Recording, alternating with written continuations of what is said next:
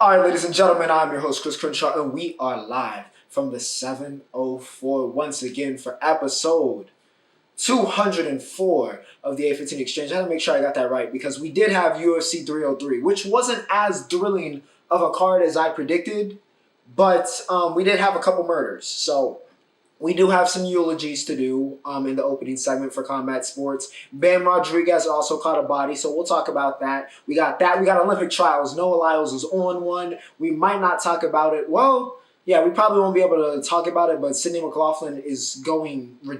She's doing Sydney McLaughlin stuff. All right, SML is doing SML stuff. So Olympic trials has been on and popping. Had some interesting developments there. We had the Stanley Cup Finals and the NHL Draft. We also had the NBA Draft. So yeah, we got a bunch of stuff to talk about, and of course, probably more cinema and entertainment. We had some music drop, and of course, House of the Dragon and The Boys. So yes, all right, plenty, and I mean plenty to go on about. As always, remember to like, share, subscribe if you guys are enjoying the content. And as always, everything you're looking for can be found in the description. Timestamps embedded in the video, also provided in the description, along with my social media links. So if for some reason you want to follow my life or see what I tweet about sports, feel free to do that. It's also in the outro. But yeah, without further ado, ladies and gentlemen, like I said, oh my goodness, Combat Sports, what a weekend.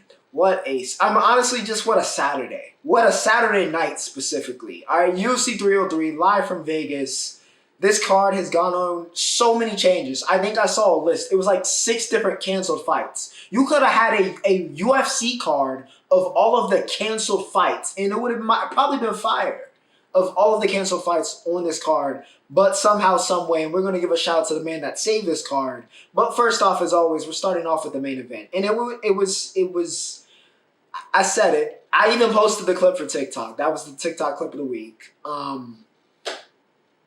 I don't know what else you guys expected. I don't know what else you guys expected. He is a nightmare matchup for Jiri, and he's honestly potentially just a nightmare matchup for any human being on the planet. I've said this in the group chat. I'm going to say it right here on this show. If the world was on the line, the aliens came or whatever other extraterrestrial beings have come to Earth and have challenged us to a 1v1 duel, I'm sending Alex Pereira. With the world on the line, I'm sending Poatan. This man is a killer. If you look up murderer, killer, whatever in the dictionary, it's going to be Alex Pereira, stone-faced. First off, once again, Alex Jiri 2. We have another Aura versus, just an Aura clash. I mean, the best stare down. The best stare down we get. But unfortunately, Jiri, despite being an unbelievable former champion at light heavyweight, probably the second best light heavyweight on the planet, the only issue is that Alex Pereira exists. And Jiri is just, even though he's got the samurai heart and has power of his own, he's just too hittable. And when you have the left hook from the Lord himself, from the gods, who came and kissed his fist when he was a boy, it's not going to work. It's just not going to go. You can't be that hittable. Jiri left too many windows open for one of the greatest kickboxers of all time, and Alex answered. At the end of round 1, puts Jiri down. So how do we kick it off? How could Alex top what happened at the end of round 1? Just with a vicious left kick. I mean a vicious left head kick. Jiri goes to sleep. He's out on his feet. Herb took his time, let a couple, super necessaries get in there. It was bad. It was bad for Jiri. He killed him. All right, Alex killed a man again.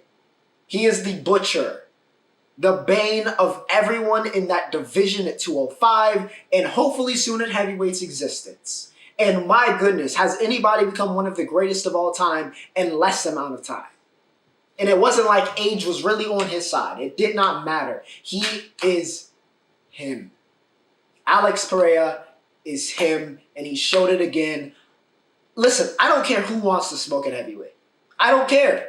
John Bones, please take this. I'd rather see you do this than fight Stipe. Everybody knows how that's going to go. Fight Alex. If you're the GOAT and Dana wants to ride your meat, every single card nowadays, when we're talking about pound for pound rankings, fight Alex Pereira. If you really that guy, fight Alex. Tom Aspinall. I mean, Tom gonna be with it. Probably the true heavyweight king. I would love to see that. But the issue is, I don't think you can. I'm trying to figure out how you even beat Alex at this point. I still don't know how Izzy did it, besides Israel Adesanya being one of the greatest middleweights of all time. Don't really know how that happened. But you can't stand up with him because he's gonna knock you out. If you stand up with Alex Pereira and you're not Israel Adesanya, and Izzy's been knocked down on his feet, obviously, with Alex before, you're going to get knocked out. There's no ifs, ands, or buts about it. You're going to sleep. If you try to grapple with him, he's strong.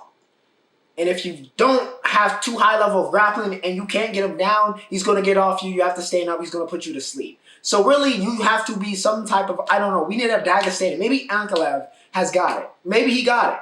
We need some type of Dagestani heavyweight or light heavyweight that could possibly get this man on the ground and ground and pound or submit him. Because if you have to stand up with him, what you basically have to do in modern MMA, you have to have some elements of striking and kickboxing. You are going to sleep. And once again, Jiri went to sleep. Alex Pereira is a killer.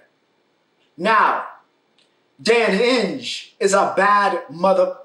All right, he's a bad one. On not a day's notice, not a week's notice, hell, not even a couple weeks' notice. On 3 hours' notice. T-City was not looking good in the build-up. A lot of people saw it in the weigh-in. He comes down with the illness. So, we have no opponent for Diego Lopez. We have no opponent. But lo and behold, Dan Hinge said, I'm a real one, and shows up on 3 hours notice. Unprecedented. Never in my life seen a man on 3 hours notice show for a fight. And not only that, he stole around. So shout out to Dan Hinge. Rose his stock. I mean, there was no way he could lose stock. If you take a fight on, that's the most gangster thing you can do. So yeah, credit to Dan Hinge. Even though he got UD'd by Diego Lopez, who once again showed why he is rising the ranks at 155. But still, credit where credit's due. Hinge, he's a dog. I think they talked about potentially running it back at the spear, which would be crazy. So yeah, we'll see what happens there. But shout out to Dan and shout out to Diego as well for that was a cool moment. In what could have been a broken card, that was a really, really cool moment. So yeah, shout out to Dan, shout out to Diego. My third highlighted fight, which I will talk about, was a little bit of a kind of underwhelmed because Ngiri very, very quickly realized that he is not as fast as Michael Venom Page. So he went to that bag. He went back to that grappling bag where I'm just going to smother you. It's not going to be very exciting, but I'm just going to smother you and point you to death. And that is what happened. That is what happened. And Gary gets the UD over MVP via just smothering him, which wasn't very fun and it's not great for his hype, obviously, and what he's trying to build. And he called out Shakvat, which, at your own risk. Hey, at your own risk. If you want Shakvat, Ian, at your own risk, buddy. At your own risk. Good luck. Good luck to you, man. That's all I can really give him. Good luck to him. Good luck to him. But yeah, rest of UFC 303. We had, Karate Hottie. We had a couple, I don't know if Arlovsky retired, but Karate Hottie retired. Lost to, I think, Jillian Robertson. But yeah, Karate Hottie, one of the fan favorites. Honestly, she can mess around and get a fan favorite now for the HOF. I don't think she's a Hall of Famer. I don't, her record obviously doesn't, sustain that. But she did provide a lot of entertainment. And it was kind of, in terms of, visibility as a female fighter, she was a little bit of a pioneer, especially for this era. So, shout out to Karate Hottie, a great career. She rides off into the sunset, unfortunately with a loss, but still with a lot of respect in the sport. Andrei Arlovsky has the second most fights in UFC history, and I don't need to see him fight another one. Respectfully. Please go retire. We did have some prospects show out. Vinny Oliveira looked very impressive. Put together some very nice combinations. And Peyton Talbot got a 19-second KO. That's all that needs to be said. So, yeah, we got some risers, we got some retirements, and we got Alex Pereira killing another man. So, yeah, another great UFC card. Boxing. Because we're staying in the fight game. Because, ladies and gentlemen, I have to talk about this man. I don't know if we talked about him yet here on the Infantine Exchange, but we will be. Oh, we will be, because he's going to be on the pound for pound list for a minute. And he might be one of the best. Actually, he's not one of the best. He is one of the best at 24, just a year older than me. Jesse Bam Rodriguez is quickly annihilating all of your heroes. At 113 or just the lower weights, all of your heroes are falling. And they're falling to this man. Jesse Bam Rodriguez takes on the legend, Mr. Juan Francisco Estrada. And it was a great fight. For 7 rounds, it was a great fight, but oh my goodness. That was some of the most disgusting, beautiful, just the footwork, the foot placement, the positioning to set up that body shot. I mean, I don't know if I've ever seen somebody crumple the way that Estrada crumpled off of that body shot like that. It was beautiful. I can't do it justice by throwing a picture, even though I do it up. Go watch the replay of that finish from Bam Rodriguez because it was gorgeous. All right, boxing. Listen, if you are trying to get into boxing or whatever you love boxing or love combat sports, go watch it. It was that good, and he is that good. One of the future, stars of the sport, and I hope he keeps getting more attention. I think, of course, Pacquiao before, but I think in a way has definitely kind of raised the stock. All right, he's raised the stock of some of those little weight guys. But yeah, Bam Rodriguez does bits. Teofimo Lopez put everybody to sleep. He has this issue where he fights down to his opponent every single time. Every single time. Every single time. He either fights up, and it's a great fight, or he fights down. It's very, very unfortunate. All right, ladies and gentlemen. Okay, let's go overseas. Euros is going on. We'll talk a little bit about Copa America, but we're talking about Euros, round of 16. And by the way, Leo is in the background, so we will talk about Jude Bellingham. All right, we will talk about Jude. But before we get to that, we're going to do chronologically. All right, we're starting yesterday. Italy, the reigning defending, which honestly is a little bit hard to believe with the state of that national team the past couple of years, but the reigning defending Euros champions, believe it or not, took on Switzerland. And, everybody's been talking about Ricardo Calafiori and the aura, and he's a retro. And he honestly saved them last week as well to even make the round of 16. But yeah, we're not going to be hearing about any of that for at least a couple more weeks because Switzerland took out Italy. They were just wildly inconsistent, I'm not going to lie, throughout the group stage and once again in this game. So I really was not surprised, and I think this is just kind of replicative of the state of the Italian national team. However, I will give credit. Gigi Donnarumma played, again, the tournament of his life. Unfortunately, the rest of his team did not. But Freuler Vargas gets the 2 goals, I think, in the 37th and the 46th for Switzerland. And that last one, Vargas, that was an absolute just ridiculous. All right, go watch the replay, okay? Once again, picture doesn't do it justice. Broke the spirit of the Italian team right out of halftime. So, yeah, Switzerland gets it done. They move on. Shot to the quarterfinals. Italy, you should be used to the pain by now. Germany, I'm not going to lie. Guys, y'all can, comment on this. Germany might be becoming the favorite in this tournament at this point. Musiala, Wirtz, Kai Havertz has been on one. I don't know about that penalty, but Kai did score in this game. Musiala scored again. They take out Denmark 2-0. Germany's just been very consistent. They were dominant, won their group during the group stage, and then get it done once again here in the round of 16. So, yeah, they take care of Denmark. They move on. Definitely becoming one of my favorites in this tournament. Leo, if you want to join me. Whoever wins, Germany versus Spain, is winning it all. Winning it all? Winning it all. That's going to be a crazy matchup. Literal perfect timing, ladies and gentlemen. Because if you didn't know, if you don't remember from a couple episodes ago, we talked about the Champions League and that Real Madrid team. And the La Liga player of the season, of course, is English. His name is Jude Bellingham. I don't know if you've heard of him. However, I do want to say Slovakia took a 1-0 lead in this game. A 1-0 lead, and for the first 92 minutes of this, it was an absolute classic disaster class. Gareth Southgate was labeled a terrorist. He was not going to be allowed in the country of England or the supporting territories. It wasn't. Honestly, I don't know how he was getting home. They probably were just going to leave him in whatever country they are in currently. However, Jude Bellingham plays for, once again, ladies and gentlemen, Real Madrid. And if you haven't gotten, with what the black magic that happened in Bayer Leverkusen via Xabi Alonso and, of course, the Real Madrid black magic in the Champions League, it is hereditary. It is Real Madrid heritage. And Jude Bellingham now has that in his veins. So, ladies and gentlemen, 92nd minute came. Gareth Southgate's life. Not his career, not his coaching job. His life on the line. Who would save Southgate? None other than the man who has saved Real Madrid countless times throughout this season and honestly might be at the forefront of the Ballon d'Or. Of course, depending on circumstances in Copa America with Vinny and just, whatever happens the rest of the year. Jude Bellingham with a gorgeous bicycle kick, by the way. An absolute gorgeous bicycle kick. Sends us to extra time. And then Harry Kane wastes absolutely no time. All right, again, ghosted for the first 92, 95 minutes of this game.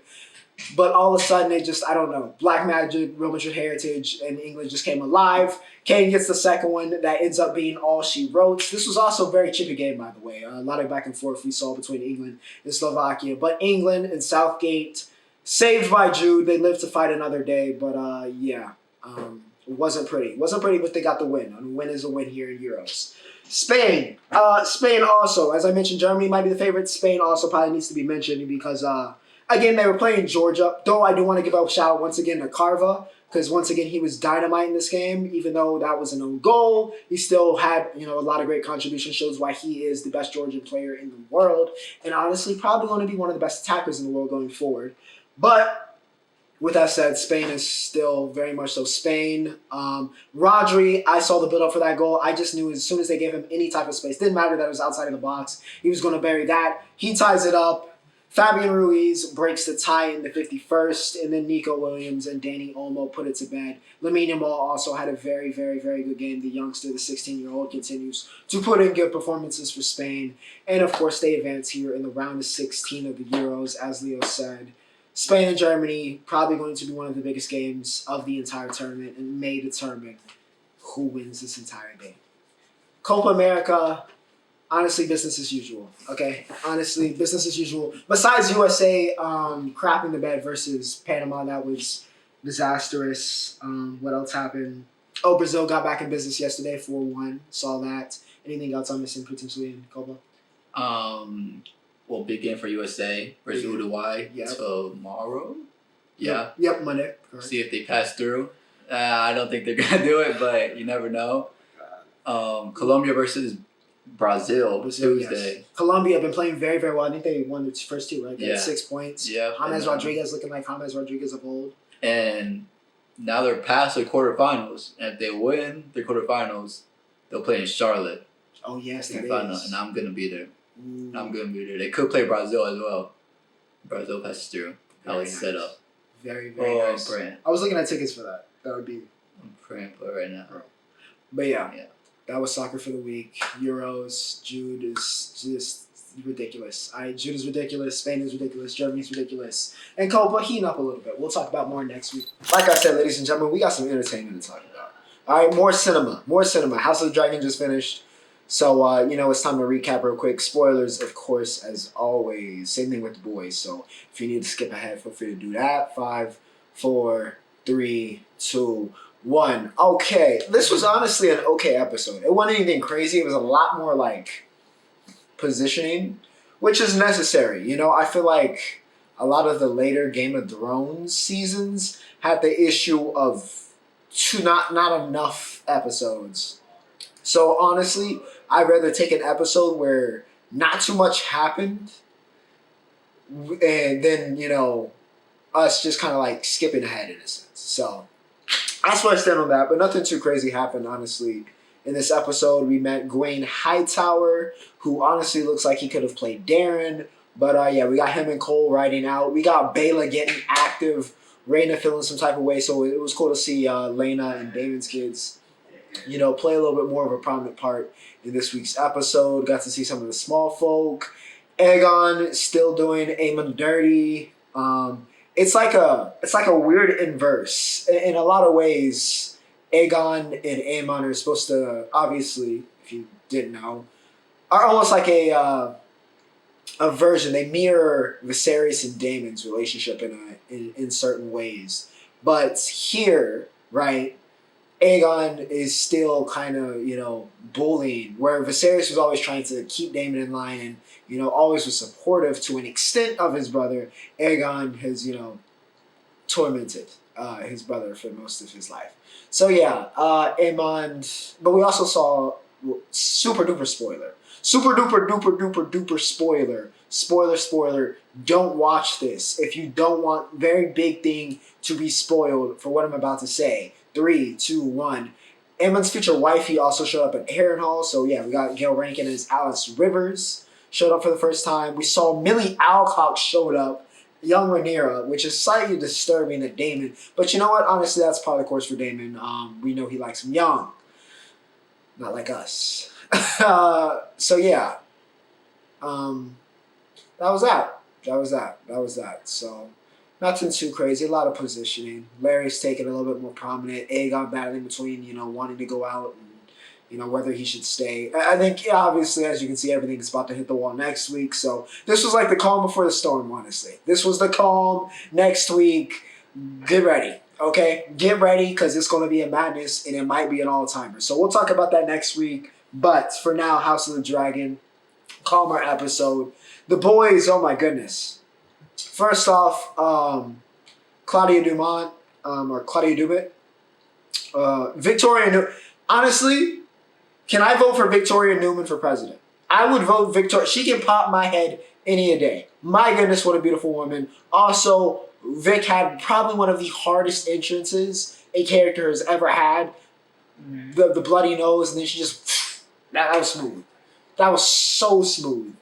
Yeah, Vic for president, please.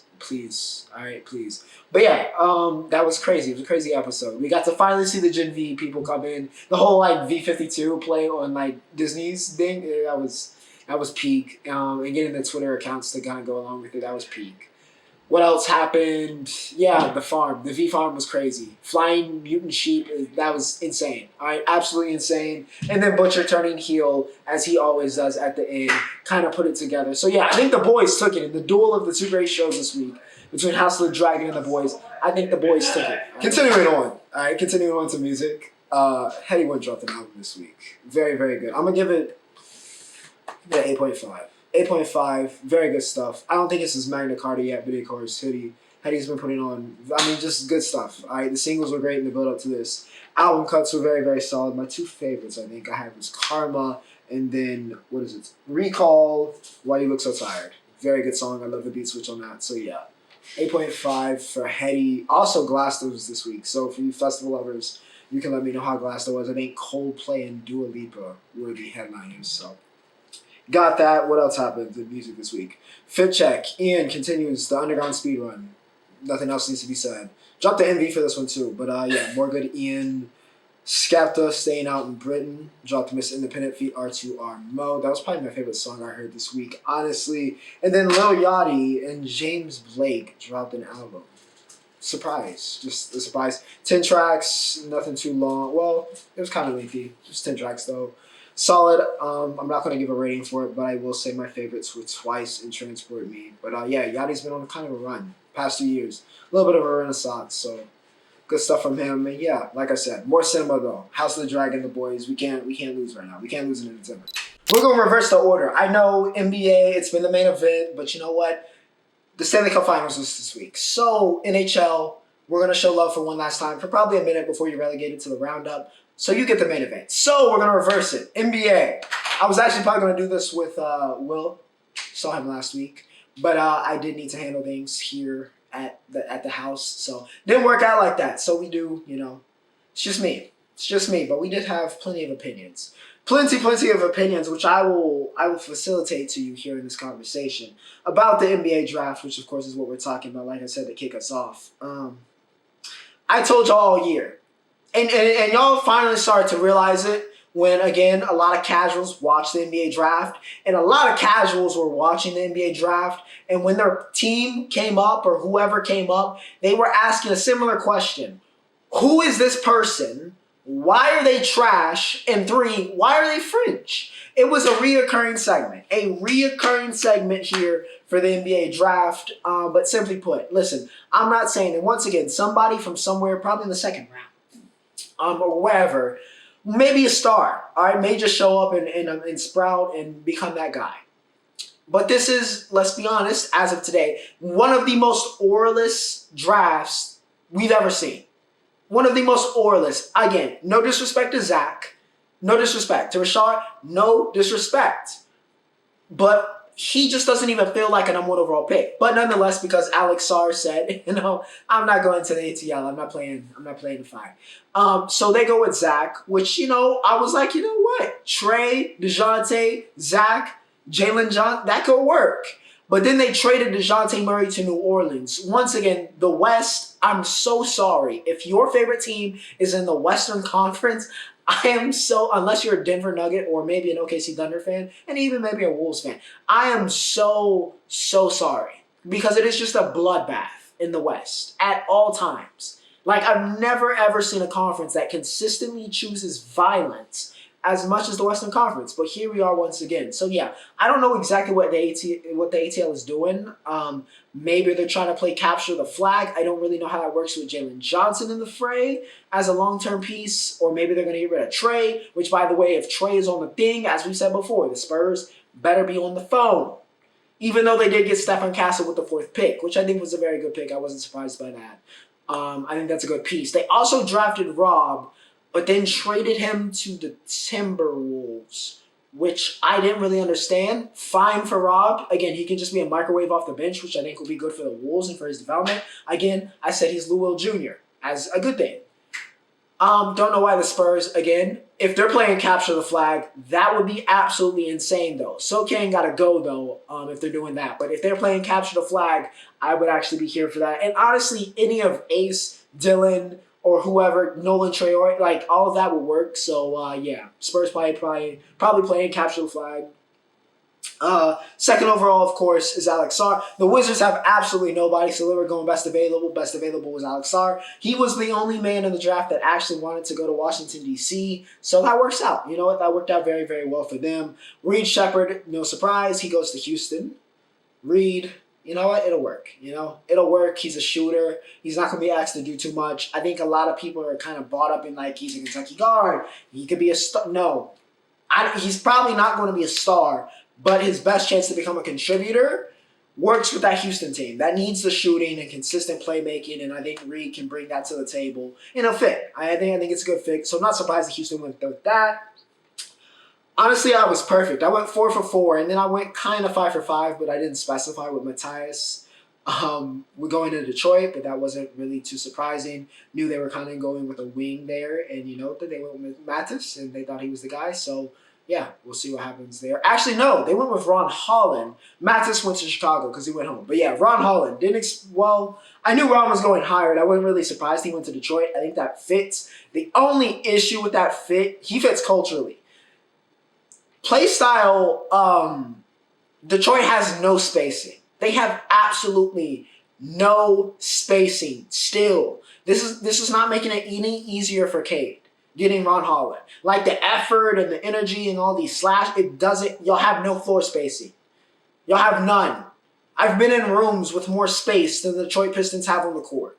It's not great, all right? But I don't hate the pick, but, maybe it's a weak draft, so they did what they could do. The Hornets did the most Hornets thing ever and picked Tyjon Saloon, which, was just so Hornets. It was just so Hornets. So stereotypical Hornets. It was honestly comedic. But, we'll see what happens there. Best of luck. Best of luck to Saloon. Maybe he works out. Maybe he doesn't. We'll see. But, we'll see. It's a draft where we'll see. He's very, very raw, though. Very, very raw. Of course, the big story of the draft is naturally LeBron James Jr., also known as Bronny James. And a lot of people were upset, and everybody was screaming, nepotism. He's a nepo baby. He doesn't deserve to be here. And listen, you're right. He got drafted because he's LeBron's son. But here's the thing. If you have an issue with Bronny going 55th, and LeBron helping his son get drafted to his team, if you have a problem with that, once again, the 55th pick in the draft, I just want you to name one. If you're not an OKC fan, by the way, name one.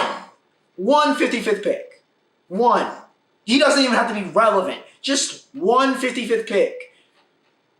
You can name one, then I might allow you to be upset about this. But let's be real. We're bargaining over what's the equivalent of a 7th round pick. If this was the NFL. Like, it doesn't really matter. Sure, he's not ready. Sure, he's LeBron's son and nepotism. Who cares? This sports is built and it's bloodied with nepotism. It's really not a big deal. And honestly, despite the fact that he had a rough year in college, which of course we all know was due to some, ulterior factors. Not completely because of that, but, it was a rough year for him. he's not this like completely like he's not like it's inconceivable that he could be a solid contributor in the NBA one day. Like it's not like he's just like trash. He needs an offensive bag. Honestly, if the shot starts falling, I think that opens up a lot of things. But yeah, he needs to become a better offensive player. But let's be honest, he's not even the worst offensive player in this draft because Ryan Dunn got picked. AJ Johnson got picked. Like what are we talking about? He's a great defender. He's a great athlete. He's got a high IQ, solid playmaker. Actually, he's a good playmaker, not even solid. It's not inconceivable he could become a good player. So yeah, I think the nepotism thing is ridiculous. Yes, but honestly, it's a second-round pick. If he got picked first, okay, I can hear your argument. But it's the 55th pick. Name one 55th pick that's not Aaron Wiggins because that was last year. Name one. Name one. And if you can't, shut up, please. Now, JB Bickerstaff also, before I was about to transition, he did go to Detroit. So the Pistons have a coach. Congratulations. JJ Redick also was a Lakers head coach. So congratulations to JJ. The GM strikes again. Now, NHL. Okay, NHL. Stanley Cup Finals. Let's wrap it up, man, because I said it. Okay, Game 7.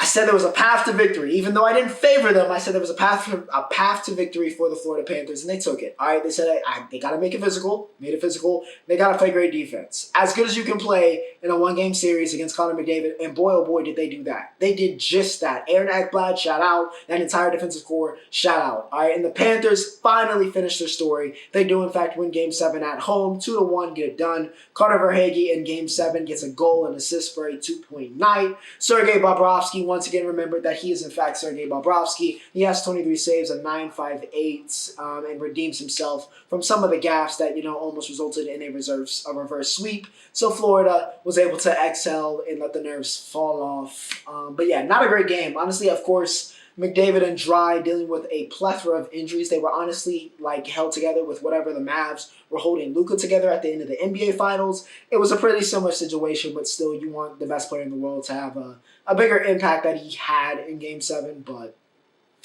it is what it is. The Panthers, they were great all season, one of the best teams all year. They showed up in the playoffs, had many different – it was a very complete team. The forward core, Bob – the defensive, everything came together excellently for the Panthers, so congratulations. A well-deserved, even though they almost got reverse swept, a well-deserved Stanley Cup win for them.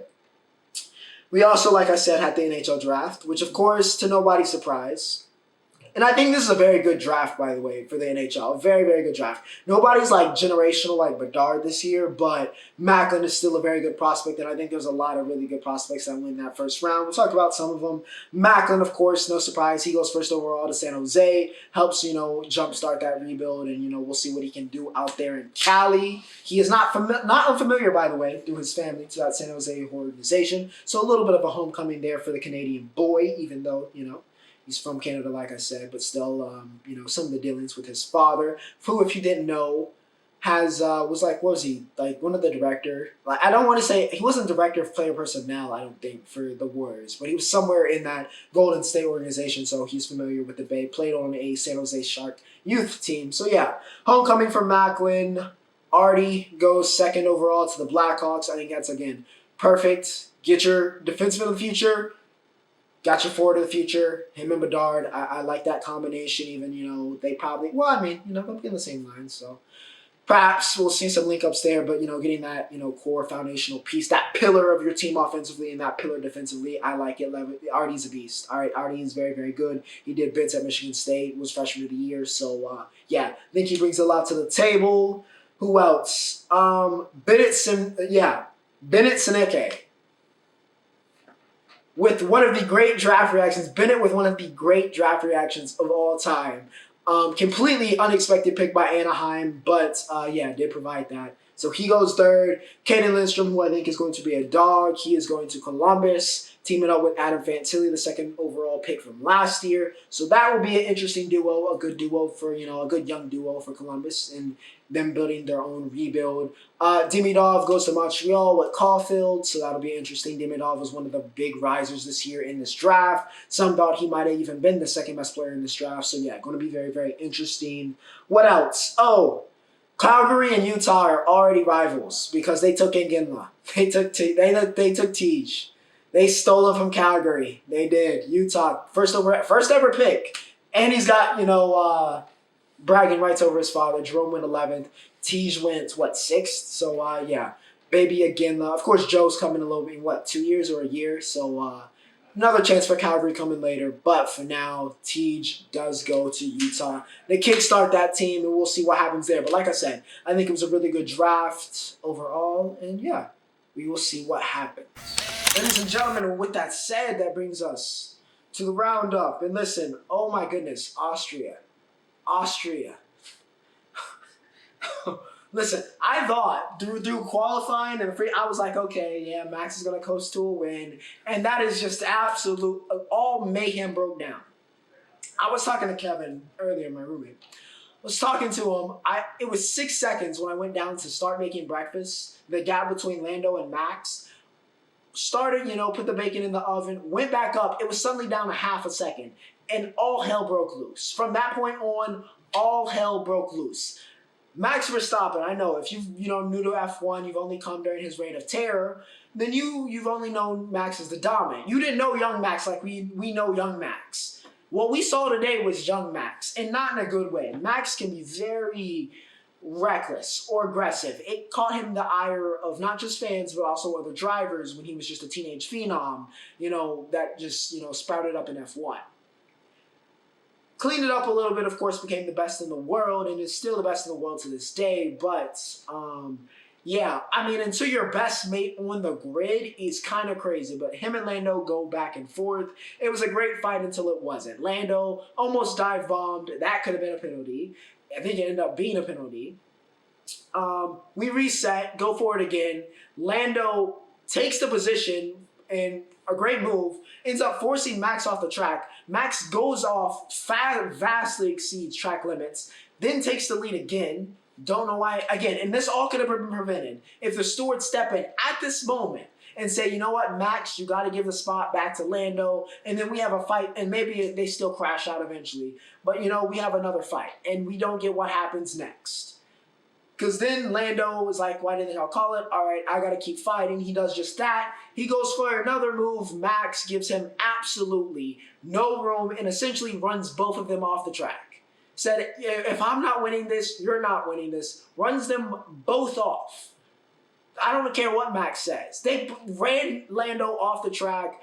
Lando takes damage to that wing. He's done. Max takes damage. He's able to get to the pits and is able to come back and finish, I think, 5th or 6th. So he survives the whole, thing. And George Russell, ladies and gentlemen, George Russell, shout out to Mercedes, all right? George Russell cleans it up, sitting there in third, was literally watching like us and was like, oh, now I'm in the lead. He takes it home. Oscar ran out of time to catch him, and George Russell claims his second ever, and the first of the year for him, and the first of the year for Mercedes, but his second ever Grand Prix win. So, yeah. Congrats to George, again, just consistently, being there. Mercedes, once again, the upgrades paid off.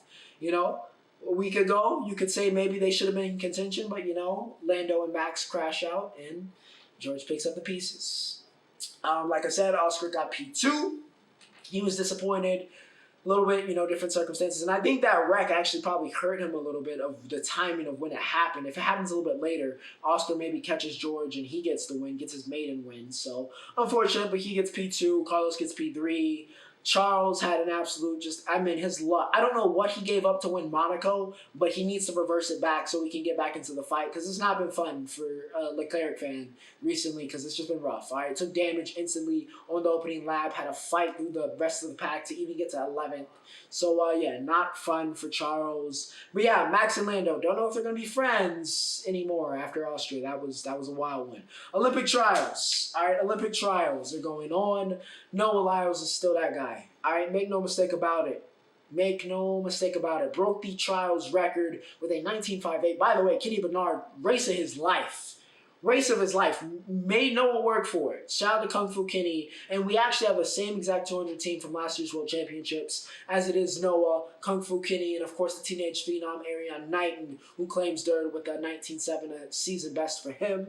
And yeah, I like it. I think that's the best 200, that's the best in the world, potentially. So, yeah, rocking with that. That's the best 200 team you can have. So, I'm good with it. I'm good with it, to say the least. The women's 200. All right, listen. Sha'Carri is not doing the double. She only got 4th.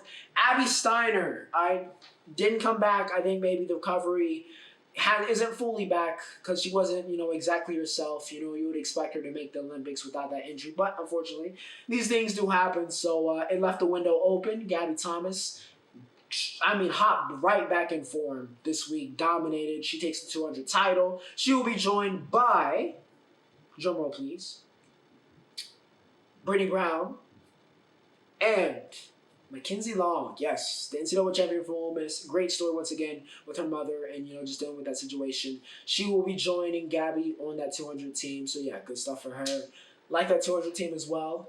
Again, and Sha'Carri's making it for the 100, so it's not like she's making the Olympics. So, yeah, good to see Gabby back in form, though. We're going to need that if she's going to even challenge Sharika. What else? Oh, I'm not going to be able to talk about, like I said in the intro, Sydney. That's happening tonight. But I'm assuming, God willing, her and Anna Cockrell got busy. I'm just going to assume it happened. All right? Through the grace of the Lord, it will happen. All right? Sydney Malofin-Levrone. Again, she jogged to the world lead yesterday. So we're going to see what happens tonight. Could be a madness.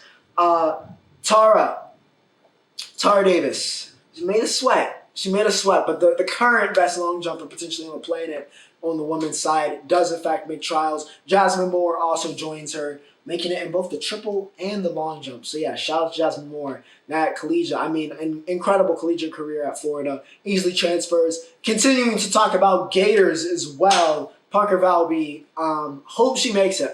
She doesn't have the Olympic standard right now in the 10K, but she did make top 3. She could also make it with some circumstances in the 5K.